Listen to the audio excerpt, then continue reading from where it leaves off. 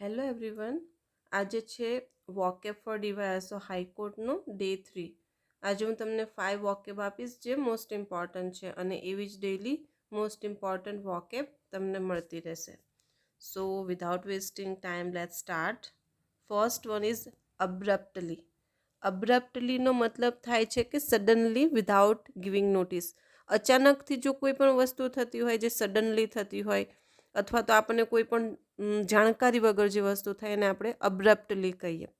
તેના સિનોનિમ્સ છે અનએક્સપેક્ટેડલી, સ્વિફ્ટલી અથવા તો ક્વિકલી, કે જે આપણને ખબર નથી ને અચાનક થઈ ગયું છે.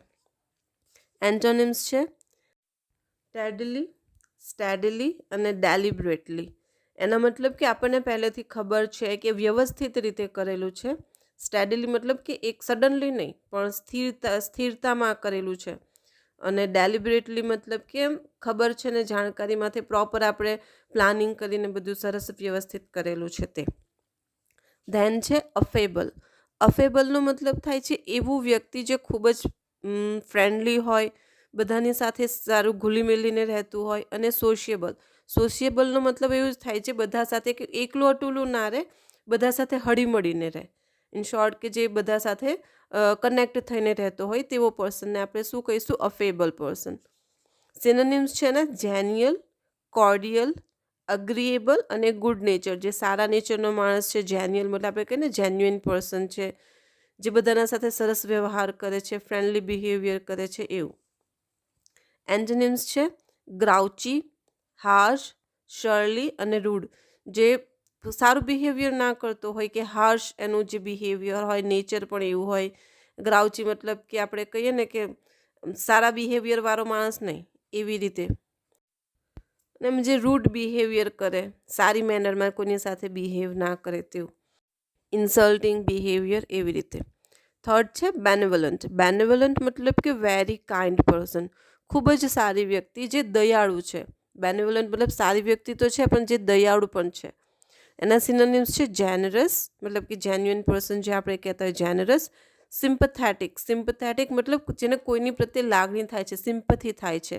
અને કમ્પેશનેટનો મતલબ પણ એમ જ થાય છે કે કોઈના માટે આપણા દિલમાં ફિલિંગ હોય, પણ કેવી ફિલિંગ? દયાની ફિલિંગ અથવા તો લાગણીની ફિલિંગ. કોઈના પ્રત્યે આપણે જાણે લાગણી હોય તેને કમ્પેશનેટ કહેવાય. એન્ટોનિમ્સ છે સેલ્ફિશ. જે પોતાનું જ વિચારે. ઓબ્વિયસલી બેનેવલન્ટ એટલે વેરી કાઇન્ડ પર્સન, તો સેલ્ફિશ એટલે લુચ્ચો માણસ. મેલેવલન્ટ. મેલેવલન્ટનો મતલબ એવું જ થાય છે કે જેને દયા જેવી કંઈ વસ્તુ જ નથી, કોઈનામાં લાગણી નથી, ફિલિંગ્સ નથી. મીન એટલે પણ મતલબી માણસ. સ્પાઇટફુલનો પણ મતલબ એમ જ થાય કે જે મતલબી માણસ છે. ફોર્થ છે બ્લિસ્ટર. બ્લિસ્ટર મતલબ a small bubble on the skin. આપણે જ્યારે ફોડલી થાય ને, કોઈ આપણે જ્યારે દાજી જઈએ કે અને જે મોટા ફોડલા જેવું થાય ને તેને બ્લિસ્ટર કહેવાય. અથવા તો પિમ્પલ જે થયા હોય ત્યારે પણ જે મોટી મોટી ફોડલીઓ થતી હોય તેને પણ આપણે બ્લિસ્ટર કહી શકીએ. એના સિનોનિમ્સ છે બોઇલ. બોઇલ એટલે ઉકાળવું પણ થાય અને BOIL બોઇલ એટલે બ્લિસ્ટર જે ફોડલીઓ થાય ને એને પણ આપણે બોઇલ કહી શકીએ છીએ. ધેન છે પશલ. પશલ મતલબ એમ જ થાય છે કે જ્યારે આપણને પીળા કલરની જે ફોડલીઓ થતી હોય ને તેને પણ ખીલ નહીં, ખીલથી પણ મોટી મોટી જે ફોડલી થતી હોય એને. પછી છે પિમ્પલ ને સ્કેલ્ડ. એનો મતલબ પણ સેમ જ થાય છે કે મોટા મોટા ફોડલા થવા. એન્ટોનિમ્સ છે ફ્લેટન મતલબ કેમ સીધું સપાટ, ફૂલેલું નથી, જે ફોડલા નથી. યુલોજાઇઝનું મતલબ પણ એમ જ થાય છે જે એકદમ સીધી સપાટ જગ્યા છે, સરસ છે એમ. પછી ગ્લોરીફાય અને એક્સટોલ. એનો પણ મતલબ થાય છે કે વ્યવસ્થિત, નોર્મલ. ધેન ફિફ્થ વન છે બેટર્ડ.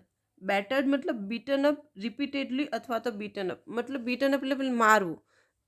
એક જ લાઈક બેટરથી એવું યાદ રાખવાનું કે બેટથી ધોકાવી નાખો, બરાબર? જેને આપણે બેટથી મારીને ધોકાવી નાખીએ એવી રીતે કે એકવાર ના મારીએ, આપણે ઘડીએ ને ઘડીએ મારતા હોય. બીટન અપ રિપીટેડલી મતલબ કે એકથી વધારે વાર મારવું. સિનોનિમ્સ છે ડેસ્ટ્રોયડ, એસોલ્ટેડ, ધેન થ્રેસ્ડ મતલબ ખેંચીને પછી આપણે મારીએ. એસોલ્ટેડ મતલબ કે એને અપમાનિત કરીને મારીએ, ધોકાવી નાખીએ. એન્ટોનિમ્સ છે અનડેમેજ, જેને નુકસાન આપણે નથી પહોંચાડતા. પ્રિસ્ટીન અને અનએબ્યુઝડ મતલબ કે જેને સાથે આપણે સારો વ્યવહાર કરીએ છીએ, મારઝૂડ નથી કરતા, સન્માનથી જેની સાથે વાત કરીએ છીએ ને એને ડેમેજ નથી કરતા આપણે, તો બધાનો મતલબ એ થશે. પ્લીઝ ચેનલને શેર કરજો, સબસ્ક્રાઈબ કરજો અને લાઈક કોમેન્ટ્સ પણ કરજો. તમારા જે પણ સજેશન્સ હોય તમે કોમેન્ટ્સમાં આપી શકો છો, તો એ પ્રમાણે હું આગળ વિડીયો બનાવું.